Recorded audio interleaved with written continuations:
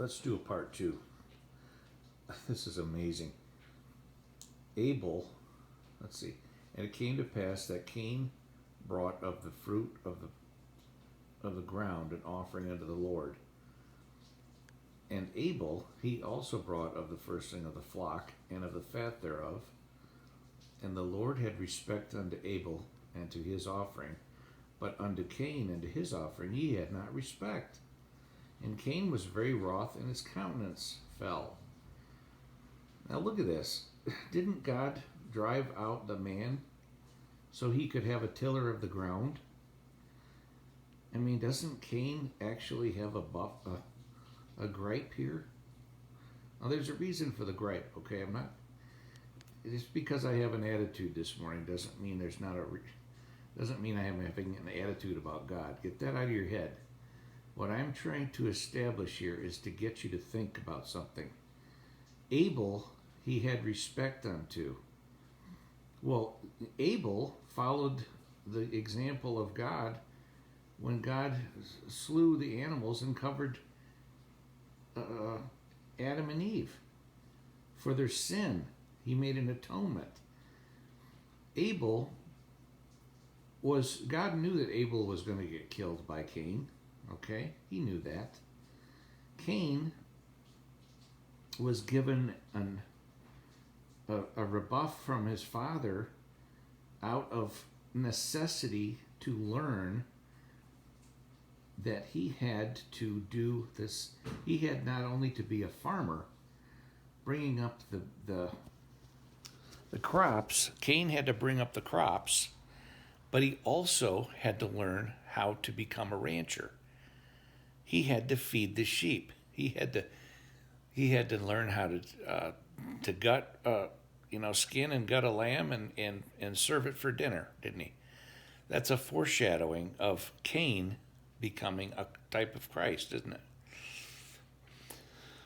So we often just look at these stories at face value and we say, well, that's what's written in the Bible. Well, I just read you an interpretation that was also written in the Bible. I just read and interpreted. That's an interpretation of the Bible. Look, every denomination has what they understand, and that's how they derive their authority. But just like Abel had his authority and respect of God, and Cain had his disrespect of God, Cain was rebuffed of God, not because God truly disrespected him. We know that God wanted a tiller of the ground. Okay, we know that.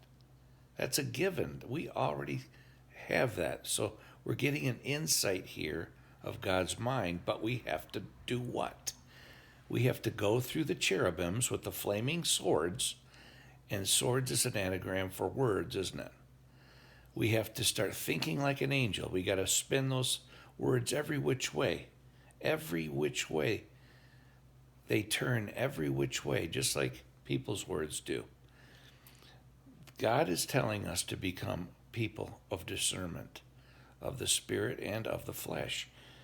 Cain, bringing forth the fruits of the ground, wasn't his job was more the same as Adam and Eve's. He was literally more righteous than his brother, who was a killer. You had a tiller and you had a killer. And God respected the killer. So, guys, this is 2021. The kingdom of God is here on earth. Okay, that's the message. If you want to see the kingdom of God becoming as it should be here on earth, you're going to have to get into this book and start discerning it and stop acting like children. Okay, you got to act like children, remember, but you also got to act like men, grown people, grown women. All right. I hope I made my point. The point is, God. Here's my point. When Cain killed Abel, Abel did not get an opportunity. He didn't get an opportunity to learn what Cain was doing and how it was beneficial. That's implied here. You have two brothers, both with a skill set. Okay? Two brothers, both with a skill set. But it wasn't until, here's what God says to Cain. He says, if you do well, shall you not be accepted? Here. Shall you not be accepted? And he's talking to Cain here.